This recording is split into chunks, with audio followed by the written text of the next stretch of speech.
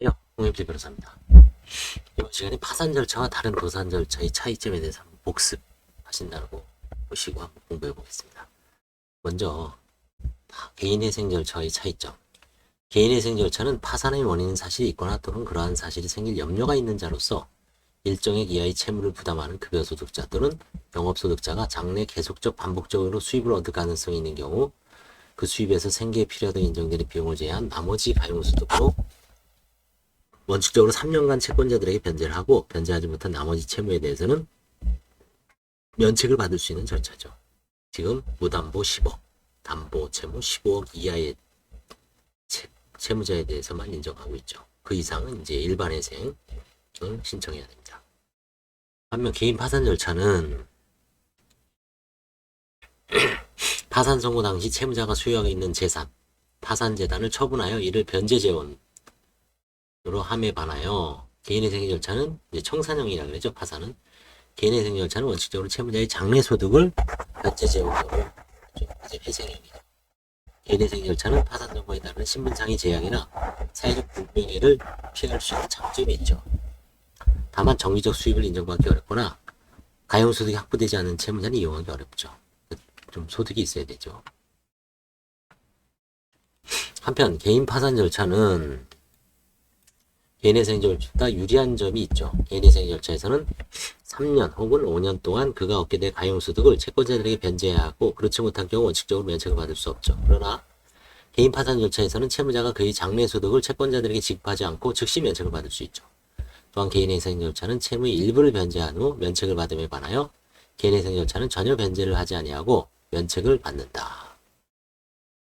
이로 인해 개인 파산 절차를 남용할 우려가 있죠. 그래서 채무자회생법은 파산 신청이 남용이냐 아니냐에 대해서 인정될 때는 신문을 거쳐 파산 신청을 기각할 수 있도록 하고 있습니다. 현재 이제 신문을 하는 사안은 이제 고소득 전문직에 한해서 하는 것 같아요. 판사들이. 그리고 의사들, 뭐 변호사, 세무사, 보사, 그렇죠. 그런 전문 직종을 신문하는 걸 저도 이제 구경을 해본 적이 있습니다. 최근에는 또 의사가 파산 신청 남용으로 기각된 사례도 접해보고요. 아무튼 개인 파산 절차와 개인회생 절차는 결국 소득이 있느냐, 가용소득이 있느냐 없느냐에 따라서 이제 나눠지게 되겠죠. 그래서 개인회생과 파산 절차를 비교해봤고요. 그 다음에 일반회생 절차는 뭐냐? 일반회생 절차는 장래의 소득으로 회생채권 등을 변제하는 점에서 파산 절차와 다르죠. 일반회생 절차는 개인을 대상으로 하는 점에서 개인 파산 절차와 같지만 법인 파산 절차와는 다르죠. 또한 실질적으로 일반회생 절차는 개인회생 절차를 이용할 수 없는 개인 채무자, 즉 담보채무 15억 이상, 그 다음에 무담보채무, 신용대출 10억 이상의 채무자가 이용하는 절차죠. 다만 50억까지는 간이회생 절차로 이제 의결권이 좀 간소화되어 있죠. 67%가 아니죠. 면책의 시점에서 차이가 난답니다. 일반회생 절차의 경우 회생계획 인가 결정으로 바로 면책의 효력이 발생하죠. 251조. 개인 파산 절차의 경우 면책 결정이 확정되어야지 면책의 효력이 발생합니다.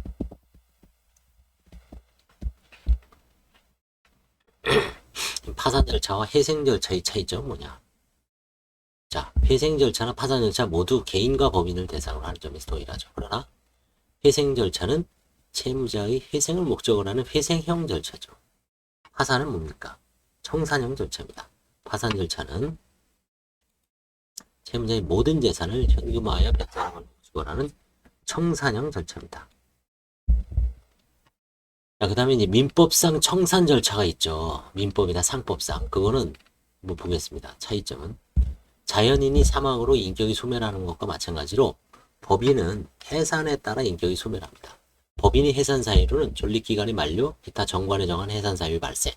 둘째, 해산 결의. 셋째, 사원의 부존재. 넷째, 회사 해산 명령 판결. 회사 해산 명령은 뭐 범죄라든가 불법이 심할 때 일본에서 이제 옴진리교 그 재단이 종교법인이 회사의 그 해산 명령을 받은 적이 있고, 이걸 제가 유튜브로 쭉 이제 책을 한번 옴질리고 법인 파산에 대해서도 한번 다룬 적이 있습니다. 한번 참조해 보세요. 다섯 번째, 휴면 회사의 해산이제. 휴면 회사는 이제 5년 정도 지나면 회사가 휴면화되고 일정 2년인가 지나면 이제 완전히 소멸시키죠. 여섯 번째가 파산입니다. 그다음 일곱 번째 합병이죠. 합병이면 이제 신설법인으로 이전을 하고 부법인은 소멸되죠. 회사의 분할 또는 분할 합병. 회사의 분할이 지금 주식시장에서도 뭐 물적 분할이 문제가 되고 있죠. 물적 분할이냐 인적 분할이냐 해서 물적 분할 뭐 LG 그렇죠? LG 뭐죠? LG 화학인가요? 거기서 이제 좀 문제가 됐었죠. 분할. 그다음에 아홉 번째 주총 특별 결의가 있습니다. 그러니까 결국 파산도 해산 사유의 하나입니다. 그러니까 결국 법인 파산을 신청하면 이 법인은 유지하지 개인처럼 다시 살리는 게 아니라 해산하는 겁니다. 법인이 해산한 경우 채권 추심, 채무 변제 등 자녀 법률 관계를 처리해야 되는데 파산에 의한 해산의 경우에는 법인 파산 절차에 따라 파산 또는 합병 이외의 사유에 의한 해산의 경우에는 청산 절차에 따른다. 해산은 원칙적으로 청산 절차 개시 사유가 되지만 파산의 경우는 청산 절차가 개시되지 않습니다. 결국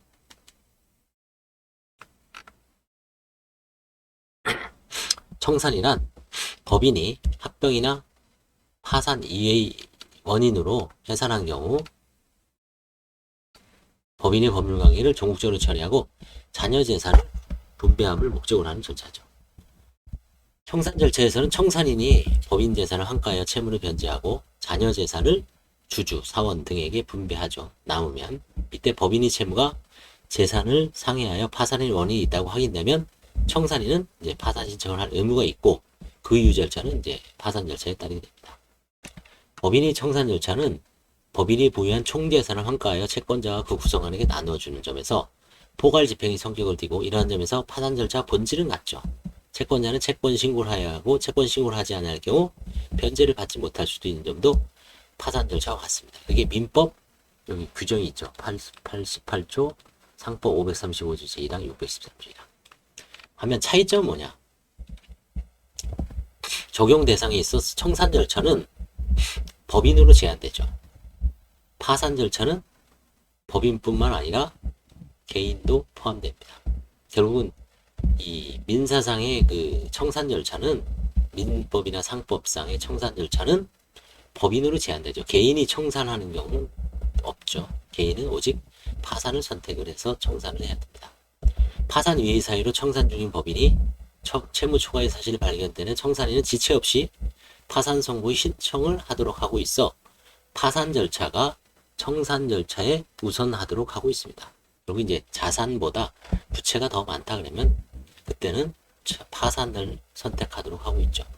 이는 채무 초과의 경우 엄격한 청산 절차인 파산 절차로 전환시켜 각 채권자가 공정하게 변제를 받을 필요가 있기 때문에 이렇게 청산 파산을 우선하고 있습니다.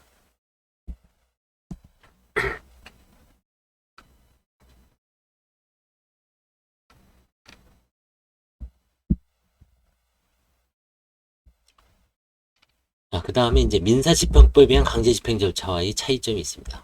파산 절차에서 권리를 행사하려는 파산 채권자는 절차에 참여할 것이 요구되고 원칙적으로 평등하게 배당받죠.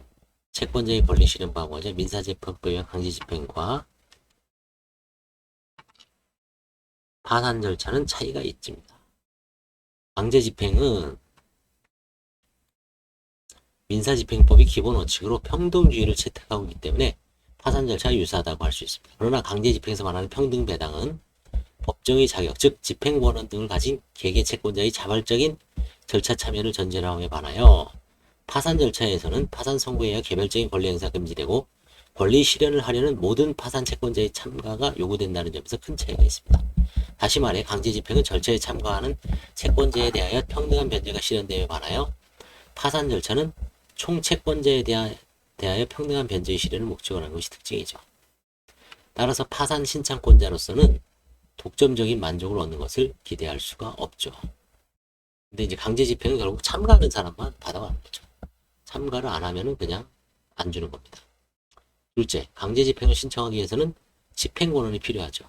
판결, 그다음에 뭐 공정증서. 파산 절차를 신청하기 위해서는 어떠한 집행 권한도 요구하지 않습니다. 집행 권한에 의한 강제 집행에 대해서는 집행정지 결정이 된 이후에도 파산 신청을 하는데 아무런 영향이 없습니다.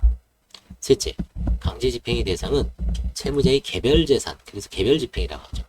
파산에는 채무자의 모든 재산, 환가할 만한 모든 재산이 채권자의 만족에 충당되죠. 일반 집행입니다. 포괄 집행입니다. 그 다음에 네 번째, 파산에서는 채권자의 이익을 극대화하기 위해서 파산관제인은 사행이나 편파행위를 부인하여 파산재단을 증식할 수 있는 권능이 인정되죠. 반면 강제집행 절차에서는 이러한 권능이 인정되지 않습니다. 다섯 번째, 절차 개시 전제가 다릅니다. 파산 절차는 채무자의 파산 원인이 전제되어야 하죠. 뭐 채무 초과, 지급불능. 강제집행 절차는 채무자가 개별 채무에 대하여 적시에 변제하지 않을 것을 조건으로 합니다. 변제 기간만 지나면 무조건 강제집행할 수가 있습니다. 신청 주체도 다르죠. 파산 절차는 채권자나 채무자 모두 신청할 수 있죠. 그래서 채권자 파산도 있고 채무자 파산이 물론 일반적이지만 가끔 채권자 파산 신청하는 경우가 있죠. 강제집행 절차는 채무자가 스스로 신청할 수는 없죠. 채권자만이 신청할 수 있습니다. 다만 강제집행 절차는 채권자 단독으로는 물론이고 공동으로 신청할 수 있죠. 이것과 상응하여 강제집행 절차에 참여하거나 배당받은 채권자는 모든 채권자의 필요는 없죠. 참가하는 채권자만 배당을 받을 필요가 있습니다.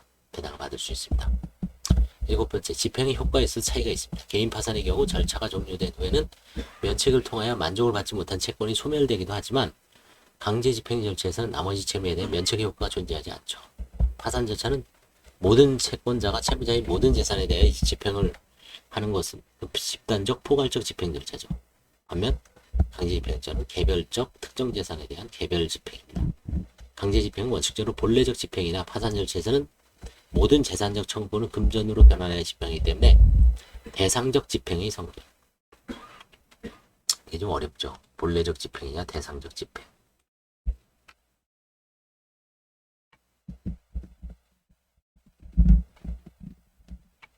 강제 집행 제압하여 모두 배당을 받기 위해서는 배당 요구나 채권 신고를 해야 한다. 그러니까 일반 강제 집행 절차에서 경매에서 배당 요구가 이제 파산에서는 채권 신고하고 비슷합니다. 그러나 배당 요구나 채권 신고를 하지 않는다고 해 실권이 되는 건 아니죠. 다만 배당을 받지 못할 뿐입니다. 그래서 이렇듯 강제 집행, 그 다음에 개인회생, 일반회생, 법인 파산과 개인 파산을 파산 절차와 비교되는 게 네 가지가 있다 그랬죠. 개인회생 절차가 어떻게 다른지, 일반회생 절차가 어떻게 다른지, 회생 절차가 어떻게 다른지, 강제 집행 절차가 어떻게 다른지 좀 핵심적인 거를 알아두시면 좋겠습니다. 감사합니다.